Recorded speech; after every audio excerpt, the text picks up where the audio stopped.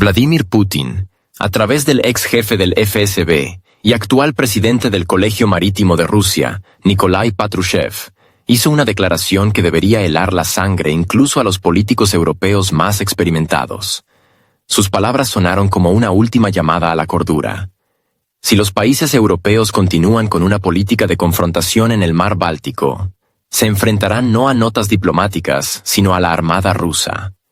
La advertencia no fue solo para Estonia y, personalmente, para Kaja Kallas, sino también para Ursula von der Leyen y todo el equipo de soñadores euroatlánticos. ¿Qué ha pasado? Kiwala bajo arresto. Punto de ebullición en el mar Báltico. La detención del petrolero Kiwala por parte de las autoridades estonias no fue un episodio ordinario, sino un gesto demostrativo detrás del cual hay un juego mucho más grande. El buque, que navegaba bajo la bandera de las Islas Marshall y se dirigía a uno de los puertos rusos, fue detenido en aguas que Estonia considera su zona de jurisdicción.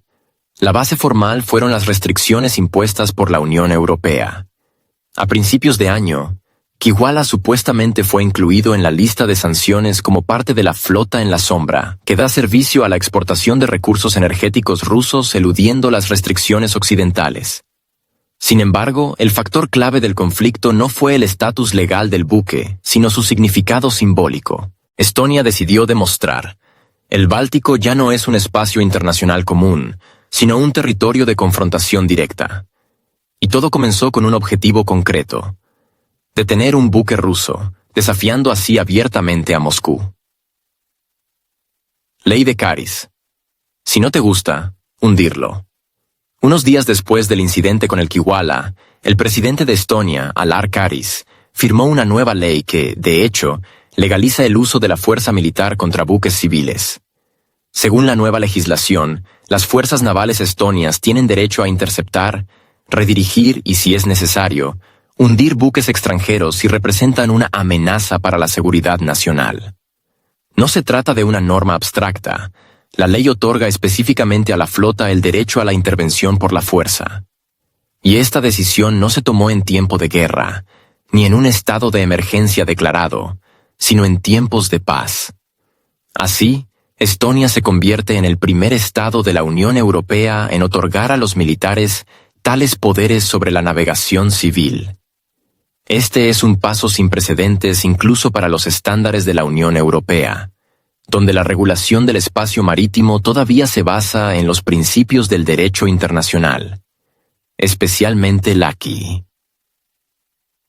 Convención de la ONU sobre el Derecho del Mar.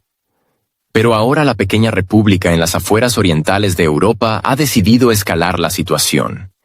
Y esto no pasó desapercibido. Reacción rusa. Repugnante. Y eso es decirlo suavemente. Moscú reaccionó de inmediato. Nikolai Patrushev, presidente del Colegio Marítimo de Rusia, calificó la nueva ley estonia como repugnante y peligrosa. Enfatizó que Rusia no tolerará amenazas a su navegación en el Báltico y se reserva el derecho a una respuesta adecuada y simétrica. El uso del término repugnante en la retórica oficial indica el extremo grado de irritación del Kremlin. En el léxico diplomático, tales formulaciones son casi inexistentes. Señalan: el nivel de tolerancia se ha agotado. La flota en la sombra y la caza de brujas. El petrolero Kiwala fue víctima de la etiqueta de flota en la sombra. Este término en la prensa occidental se refiere a cientos de barcos que no anuncian su destino final. Propietarios o cargas. Después del inicio del conflicto en el este de Europa y la imposición de sanciones, Rusia realmente comenzó a utilizar esquemas logísticos complejos, incluido el cambio de banderas, el apagado de transpondedores y la transferencia de petróleo en aguas neutrales. Según la agencia Lloyd's List, a finales de 2023, había más de 450 buques en el mundo relacionados con las rutas en la sombra de suministro de petróleo y gas rusos.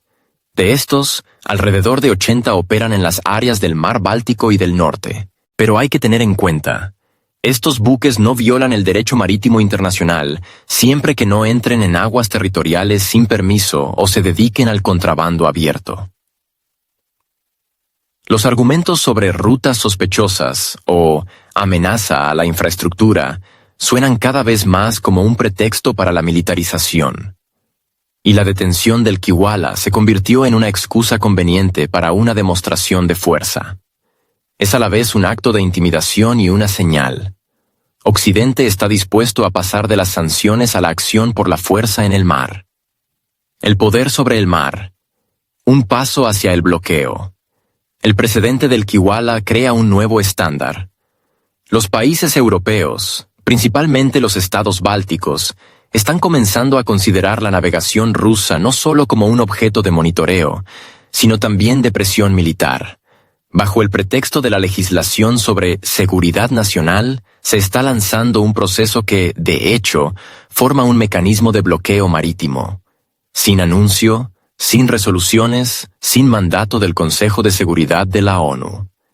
Esto causa serias preocupaciones no solo en Moscú.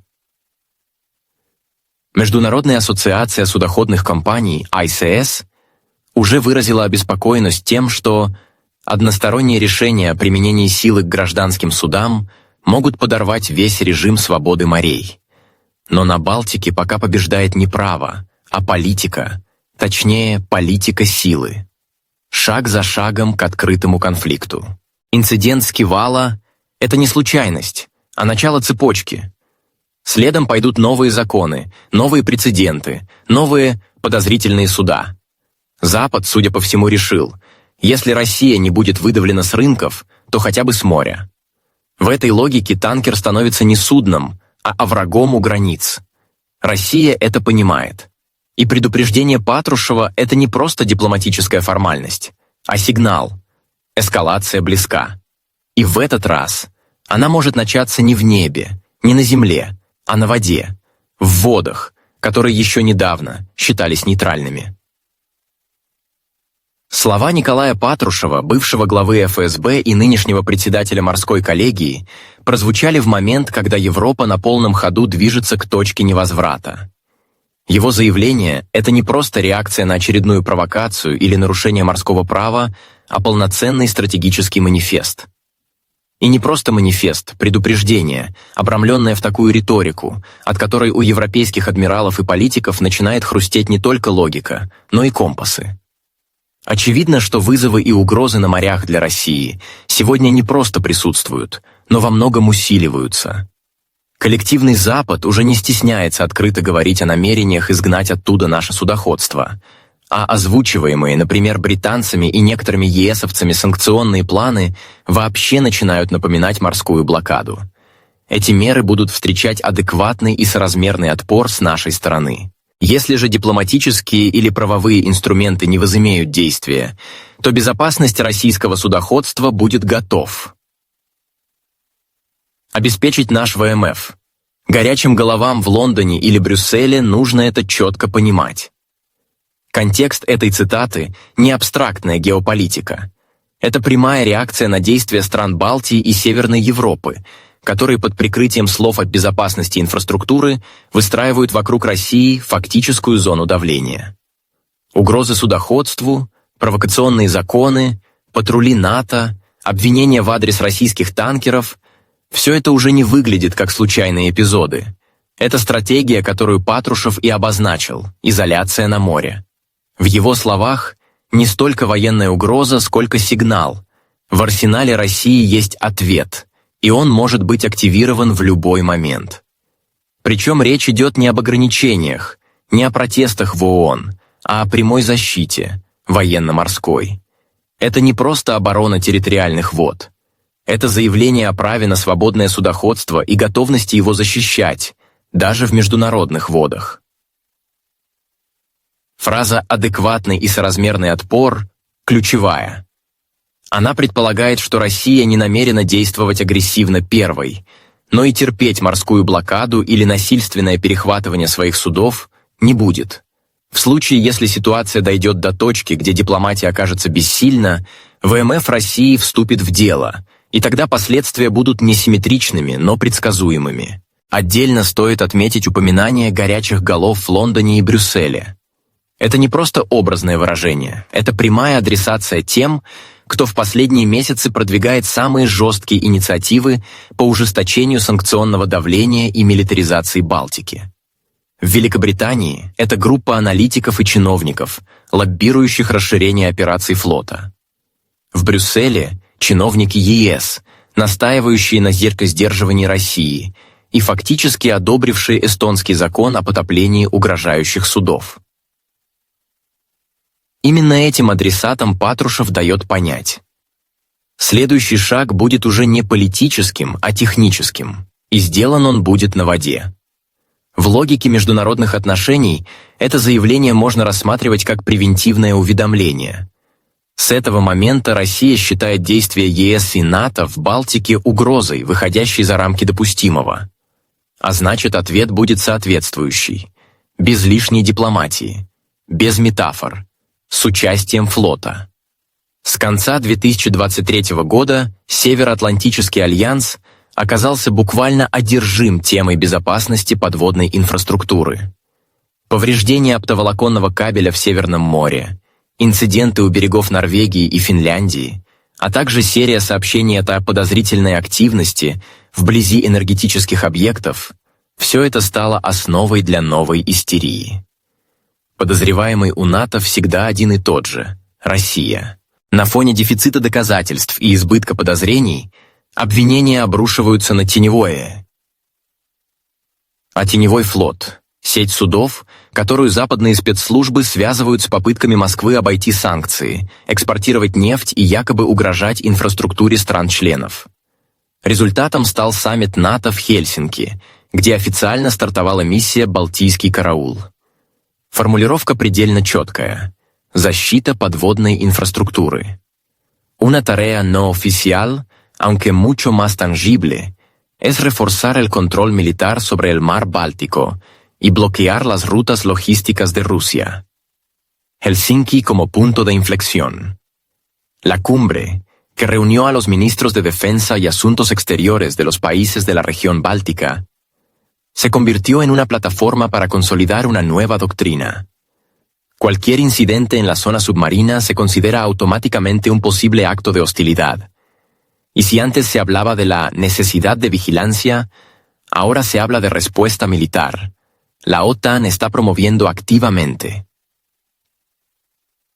el concepto de intervención blanda en el mar.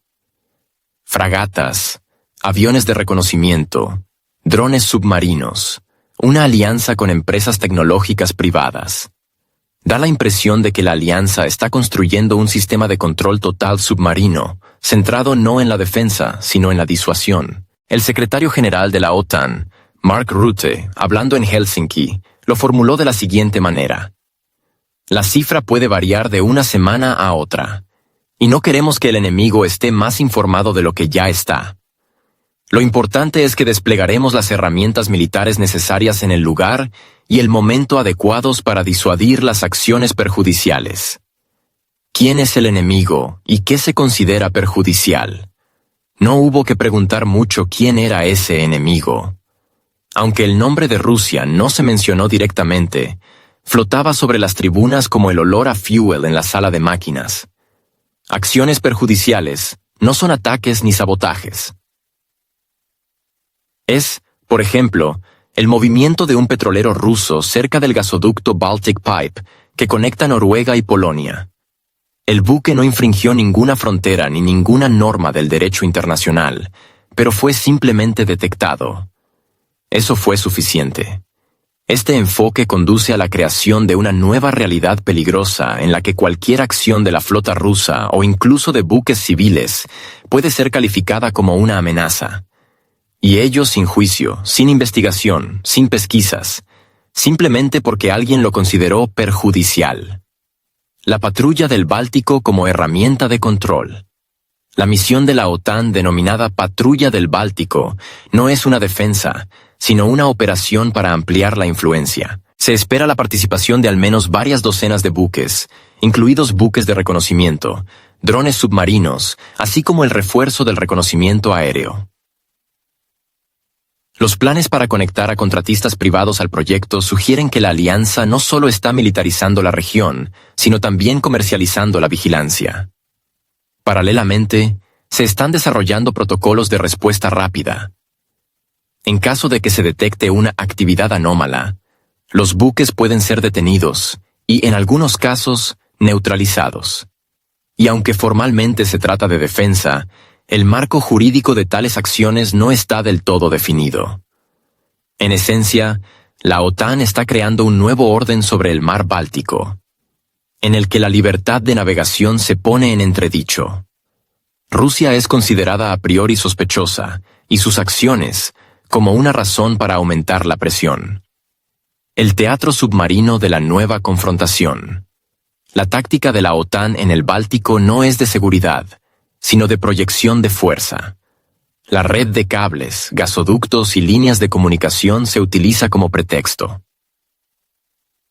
Y dado que casi toda la logística marítima de Europa está ligada a canales submarinos, el campo para las acusaciones se vuelve infinito. Si antes la alianza actuaba a través de fuerzas básicas de disuasión, ahora lo hace a través de la iniciativa, el despliegue ofensivo y una presencia casi continua.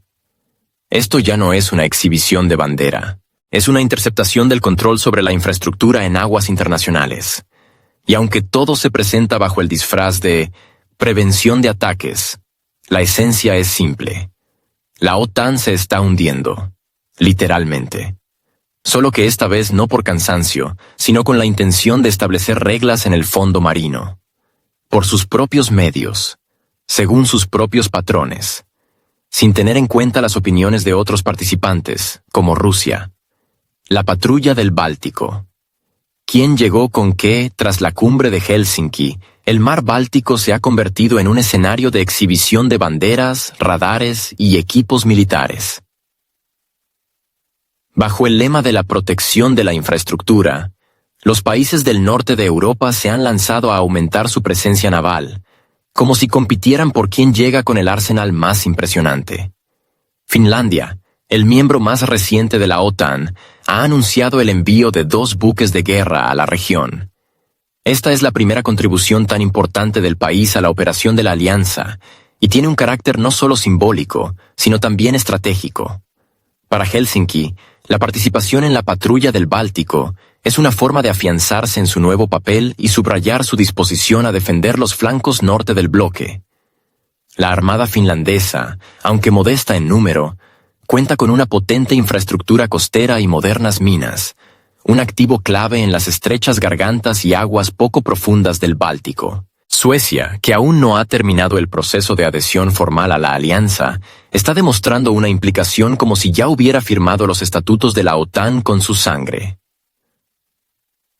3 buques y un avión de reconocimiento no son solo una guardia rutinaria, sino una señal. Somos de los suyos. Especialmente si se tiene en cuenta que la Guardia Costera y la Armada suecas ya participan desde hace tiempo en patrullas conjuntas con finlandeses y estonios. Polonia está fuera de toda competencia en cuanto a celo. Varsovia está enviando 4 buques y ya no lo oculta. Quieren convertir Gdansk en un puesto de avanzada anti-Kremlin. Este concepto, por cierto, se debate activamente en los círculos analíticos polacos desde 2022. Se trata de la ampliación de la base naval, la construcción de nuevos muelles y el despliegue de medios de defensa aérea capaces de bloquear el acceso a la laguna del Vístula. Para Polonia, la Guardia del Báltico no es una misión, sino la oportunidad de hacer realidad un sueño largamente acariciado: convertirse en un frente marítimo de la OTAN contra Rusia. Las llamadas Fuerzas Conjuntas de Reacción, Joint Expeditionary Force, JEF. Tampoco se han quedado al margen. Se trata de una estructura creada bajo mando británico que incluye a Gran Bretaña, los Países Bajos, todos los países bálticos y también los escandinavos. Formalmente, no es la OTAN, sino una coalición de personas con ideas afines. De hecho, es un instrumento de respuesta rápida que actúa sin largas aprobaciones ni burocracia. Las JEF ya han desplegado un sistema de seguimiento del tráfico marítimo, cuyo objetivo es controlar las rutas en la sombra. y están conectando activamente datos de satélites civiles y modelos de IA para el análisis predictivo. Estas fuerzas están formando ahora un mecanismo para responder rápidamente a la actividad no estándar, tanto en la superficie como bajo el agua. No se trata solo de patrullas, sino también de intercambio de inteligencia, supresión electrónica, escolta de buques y lanzamiento de plataformas submarinas no tripuladas. Ya hoy, varios buques de las GF están en interacción directa con el mando de la OTAN, proporcionando cobertura táctica de los nodos marítimos clave, en primer lugar, cerca de las instalaciones energéticas. Así, Moscú se encuentra de hecho bajo un estrecho control microscópico. Cualquier movimiento de un buque ruso es rastreado no solo por radar, sino también legal, política y propagandísticamente. Incluso si un buque no cruza las fronteras, su ruta puede presentarse en la prensa como un intento de presión o una operación encubierta. Esta es una nueva realidad en la que la flota se convierte no solo en una herramienta, sino también en un objeto de guerra de significados. Es en esta atmósfera de esfuerzos de países individuales, involucrados en una misión común, donde la Guardia del Báltico se convierte, de una operación formalmente limitada, en un mecanismo político-militar completo. ¿Contra quién? No se dice directamente, pero las cartas ya están echadas. Vigilancia con la última tecnología. La OTAN está trasladando rápidamente el concepto de vigilancia del nivel de patrullas y radares a un régimen de visualización total del espacio marítimo. El mar Báltico se está convirtiendo en una gran pecera transparente, donde cualquier movimiento, desde un arrastrero pesquero hasta un petrolero, se registra, clasifica y archiva. El secretario general de la OTAN, Mark Rutte, declaró en una rueda de prensa en Helsinki: habrá las últimas tecnologías, incluidos drones. Y si en 2022 estas declaraciones sonaban a promesas futuristas, ahora son medidas concretas que ya se están aplicando. La OTAN ya dispone de docenas de drones marítimos, vehículos autónomos de superficie y submarinos capaces de operar durante días en modo de vigilancia. No solo pueden registrar el movimiento, sino también realizar grabaciones de audio y vídeo, filmar en el espectro infrarrojo y leer las huellas de las olas de los buques que pasan a gran distancia. Además de los drones, la alianza está ampliando su colaboración con empresas privadas en el campo de la analítica por satélite. Entre ellas se encuentran actores como Maxar Technologies, Capella Space, ICEI, así como consorcios europeos que desarrollan sistemas de redes neuronales para el análisis predictivo. Esto significa que el seguimiento de los buques rusos se realizará a las 24 horas del día, los 7 días de la semana, desde la órbita, desde la superficie y desde las profundidades. ¿Invisibilidad? No hagáis reír a un dron. El objetivo principal de esta expansión tecnológica es imposibilitar el sigilo. Incluso si un buque apaga su transpondedor, cambia de bandera o se mueve por una trayectoria compleja, será detectado. Además, los algoritmos podrán predecir la ruta probable, identificar a quién pertenece el buque y a qué puerto se dirige. El sistema se integrará con las bases de datos de Lloyds, la OMI y los datos sobre rutas anteriores, lo que hará que los intentos de eludir las sanciones sean prácticamente inútiles, al menos en aguas europeas. Este nivel de vigilancia puede compararse con un sistema de videovigilancia total en una metrópolis. Solo que ahora no está en las calles, sino en mar abierto. Y no funciona por seguridad, sino como herramienta de disuasión preventiva. Cualquier desviación de la ruta habitual es una luz roja. Cualquier coincidencia en el modelo de marcha es motivo para interrogar al armador. Esto ya no es vigilancia, es supervisión. La Matrix del Báltico. Formalmente, el objetivo de la tecnología es prevenir incidentes, proteger las infraestructuras. Pero en esencia, se está creando una zona de control digital en la que incluso una visita planificada a Kaliningrado puede percibirse como una actividad de alto riesgo. En esta lógica, cualquier navegación rusa se convierte en una posible provocación. Esto es especialmente cierto en el caso de los buques que pertenecen a la flota en la sombra, incluso si son limpios desde el punto de vista jurídico. El mero hecho de la ausencia de un transpondedor, el cambio de bandera o la entrada en una zona neutral levanta sospechas. Y si antes en tales casos se limitaban a una nota diplomática, ahora son posibles acciones como la interceptación, la detención y la presión a través de compañías de seguros u operadores portuarios. No se trata solo de observación, sino de una respuesta basada en escenarios.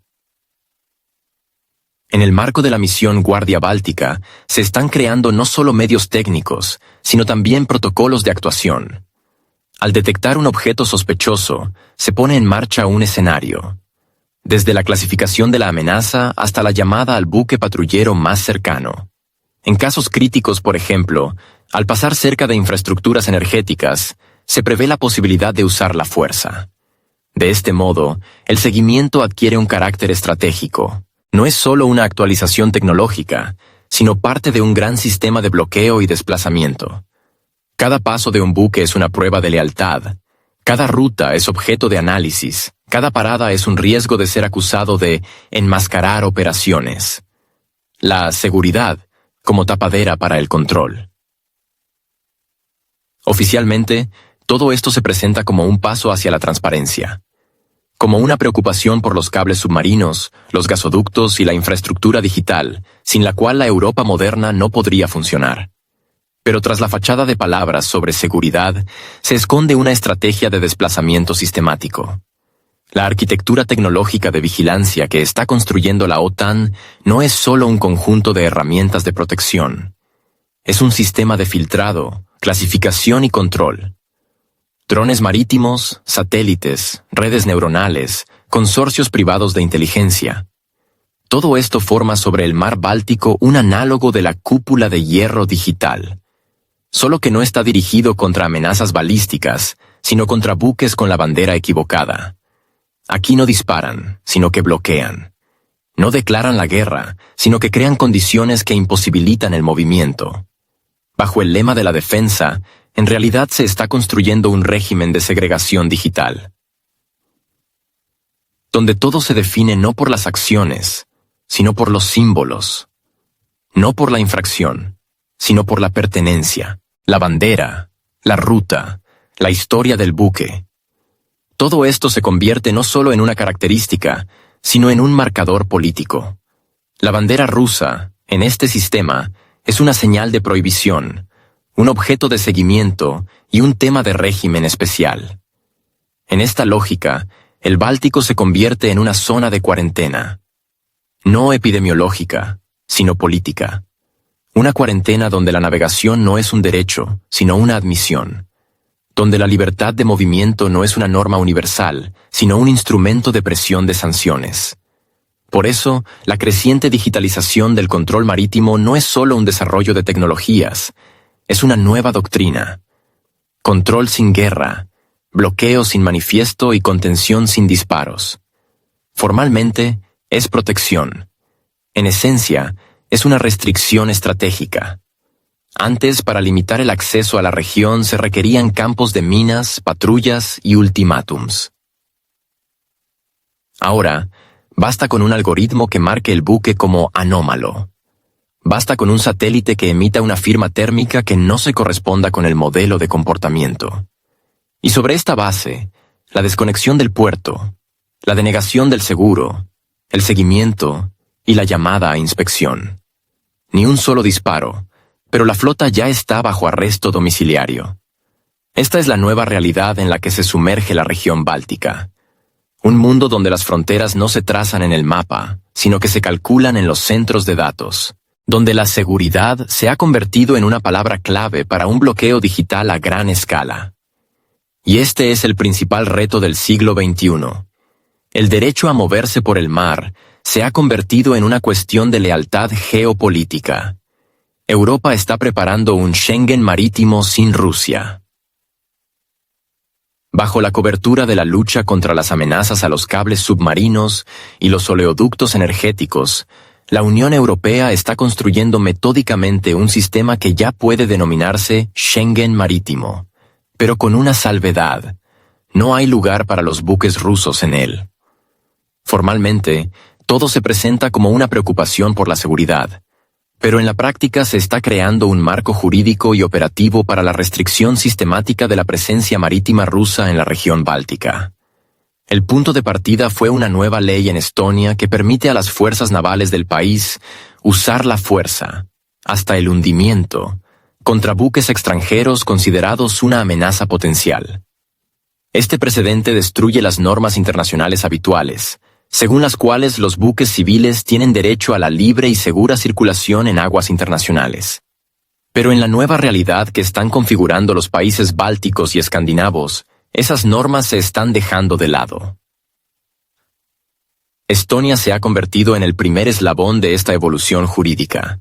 Sin embargo, teniendo en cuenta la retórica de Vilna, Riga y Varsovia, iniciativas similares no tardarán en llegar a otros países. Polonia ya está negociando la creación de una base permanente de la OTAN en Gdansk, y Lituania está impulsando un proyecto para introducir corredores especiales de seguridad que permitan detener cualquier buque, independientemente de su bandera, si se considera que está potencialmente relacionado con planes de sanciones. Esto crea un mecanismo en el que la incertidumbre jurídica se convierte en un instrumento de presión. Con cada paso de este tipo, se crea un régimen de exclusión de facto. Los buques rusos se convierten en objeto de controles preventivos, vigilancia y restricciones. Incluso en aguas neutrales, serán percibidos como portadores de una amenaza, lo que permite a los países europeos actuar con antelación. El término Schengen marítimo en este contexto refleja no tanto una unidad de normas, sino una unidad en la exclusión. Se crea una zona jurídica y operativa común, donde hay sus propios visados de entrada, solo que nadie va a expedir esos visados a los buques cisterna y de carga rusos.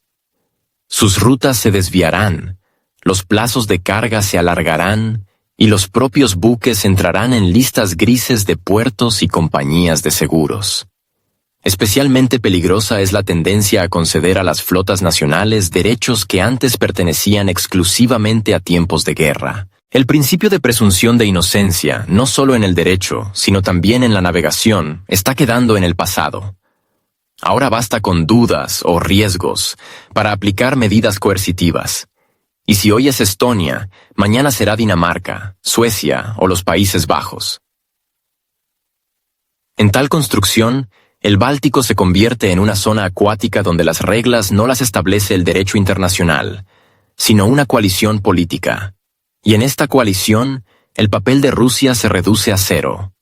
Incluso los países que antes observaban la neutralidad o la prudencia se ven gradualmente arrastrados a este escenario. Suecia, que formalmente aún no es miembro de la OTAN, ya participa en misiones dirigidas contra la navegación rusa. Finlandia, nada más ingresar en la alianza, inmediatamente proporcionó buques para la Guardia Báltica. Todo esto conduce a la creación sistemática de una zona de exclusión, tanto logística como legal. Rusia, a pesar de su pertenencia geográfica a la región del Báltico, se ve cada vez más desplazada de ella, no por medios militares, sino por mecanismos administrativos y legales. En tales condiciones, la navegación rusa tendrá que operar como en una zona de mayor peligro. De hecho, cada navegación por el Báltico se convierte en una operación arriesgada con un alto grado de incertidumbre. En cualquier momento puede llegar una señal de parada, denegación de servicio, inspección forzosa o incluso bloqueo del puerto. De este modo, Europa está creando una nueva realidad, un régimen de mares cerrados, donde la libertad de navegación es un privilegio para los suyos. La región del Báltico se está convirtiendo en una zona experimental para la introducción de medidas restrictivas sin una declaración de guerra directa. Es una presión estratégica con una envoltura legal, y ya tiene consecuencias. ¿A qué conducirá esto? El aumento de la presencia militar, la legislación agresiva, la vigilancia tecnológica total y la retórica mediático-política, alimentada en modo 24/7, todo esto no puede sino conducir a una escalada. Al mismo tiempo, la naturaleza del conflicto ha superado hace tiempo los límites de la confrontación diplomática. Estamos asistiendo al comienzo de un cambio sistémico de las reglas del juego en el espacio marítimo, donde la base legal se adapta a las órdenes políticas. Hoy en día, los buques rusos en el mar Báltico son tratados de hecho como objetivos de mayor atención. Y no por violaciones concretas, sino por el mero hecho de pertenecer a Rusia. Esto es, en esencia, una política por motivos geográficos. Sus consecuencias son predecibles. La injerencia en la libertad de navegación no es solo un paso hostil, sino un casus belli en el derecho marítimo internacional. La Convención de las Naciones Unidas sobre el Derecho del Mar, UNCLOS, a pesar de todas las discrepancias existentes, afirma directamente: la libertad de navegación en aguas internacionales es una norma básica. Y si esta libertad se ve sometida a restricciones sistemáticas por parte de uno o varios estados, esto ya no es una disputa, sino un acto de agresión. Rusia en sus declaraciones oficiales deja claro: cualquier intento de bloquear su logística en el Báltico será considerado como una amenaza para la seguridad nacional. Y la respuesta no se hará esperar. Además, como señalan los representantes del Ministerio de Defensa y del Ministerio de Asuntos Exteriores, no será una protesta ni una nota diplomática, sino medidas simétricas. En otras palabras, acciones.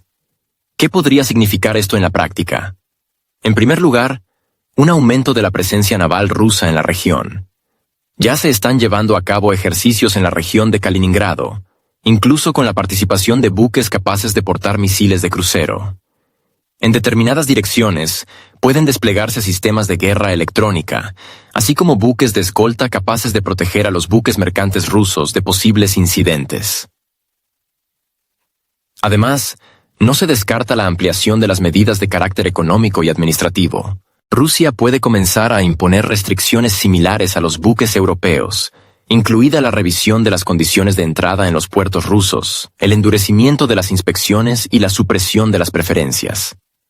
También son posibles restricciones a los vuelos cerca de las aguas rusas para los países que participan activamente en el bloqueo marítimo. Así, el escenario de todo lo restringiremos, pero no habrá una guerra abierta, se vuelve cada vez menos realista. Cuanto más se involucren los países europeos en un bloqueo progresivo, mayor será la probabilidad de una colisión, no solo legal, sino también física. Rusia posee suficiente potencial para responder, tanto militar como económicamente. Si alguien en Bruselas o Tallinn sigue creyendo que se puede contener, humillar y desplazar a una gran potencia nuclear sin sufrir las consecuencias, tal vez debería releer al menos un libro de texto sobre relaciones internacionales. La retórica de Patrushev y Zakharova ya no es diplomacia, sino una advertencia. Quien la ignore puede encontrarse con que la próxima reunión en Helsinki no se celebre en una mesa redonda, sino bajo las sirenas de alarma en un centro de mando. El Báltico ya no es solo un mar, sino una línea de frente de nuevo tipo. En resumen, el Báltico como barómetro de una gran guerra. El mar Báltico está dejando de ser un simple objeto geográfico para convertirse en un símbolo de un cambio de era, en la que el derecho internacional aún frenaba de algún modo las ambiciones militares, a una realidad en la que estas ambiciones enarbolan la bandera de la UE y van acompañadas de comunicados de prensa de la OTAN. Hoy, el Báltico es un barómetro de una gran guerra, esa que aún no ha comenzado, pero que ya se está escribiendo activamente en el mapa con cada buque, cada ley, cada vuelo de un dron de reconocimiento. Toda la cadena de acontecimientos, desde la detención del petrolero Kiwala hasta las leyes que permiten hundir buques extranjeros, desde el aumento de la presencia de la OTAN hasta la misión Báltico Vigilante, conforma una imagen clara. No se trata de prepararse para la defensa, sino de una arquitectura sistémica de presión. Es el contorno de una futura confrontación en la que la logística marítima se convierte en un frente y la infraestructura energética en un objetivo. Europa puede afirmar infinitamente que se está defendiendo. Pero el mapa dice lo contrario. Decenas de buques de guerra, drones marítimos, aviones de reconocimiento, plataformas analíticas privadas, algoritmos de predicción. Todo esto no tiene que ver con la defensa, sino con la preparación para un control coercitivo. Y si se tiene en cuenta la retórica de los últimos meses, desde Tallinn a Bruselas, resulta evidente que la diplomacia está retrocediendo. Por paradójico que parezca, fue precisamente la flota en la sombra, una red de buques que, en opinión de Occidente, ayuda a Rusia a eludir las sanciones, la que desencadenó una nueva estrategia. Marcó los límites del miedo que Europa decidió cruzar, y fue con el pretexto de luchar contra esta flota que se empezaron a introducir regímenes de vigilancia, inspección, restricción y ahora también amenazas de uso de la fuerza. Sin embargo, la verdadera amenaza no procede de los petroleros, sino de la transformación jurídica y política del espacio marítimo. Cuando aparecen leyes que permiten hundir buques por sospecha, ya no se trata de seguridad, sino de jurisdicción en tiempo de guerra sin declaración de guerra. Rusia, por su parte, ya no finge que todo se puede resolver mediante negociaciones. Patrushev, Zakharova, el Ministerio de Asuntos Exteriores y el Ministerio de Defensa hablan al unísono. Si se viola la libertad de navegación, Moscú responderá. Y la respuesta puede no ser verbal. La moderación de Rusia ha sido evidente durante los últimos meses. A pesar de las detenciones, las presiones y la retórica, la flota ha seguido navegando como es debido, sin provocaciones. Pero esta paciencia no es infinita, especialmente cuando cada nueva ley es un paso hacia el desplazamiento y cada nuevo buque de la OTAN es una demostración de la voluntad de que enfrentamiento. En este contexto, la sangre en las venas de los líderes europeos no debería helarse por las ruidosas declaraciones de Moscú, sino por su propia imprudencia. Porque en el momento en que se active el último mecanismo de control, solo quedará una palanca, la respuesta. Y puede ser militar. El Báltico ya se ha convertido en un escenario. Queda por determinar quién será el primero en hacer un movimiento que traspase la frontera de las palabras. Hasta entonces, es una zona de tensa espera en la que cada navegación, cada vuelo, cada nueva ley, es un toque de campana.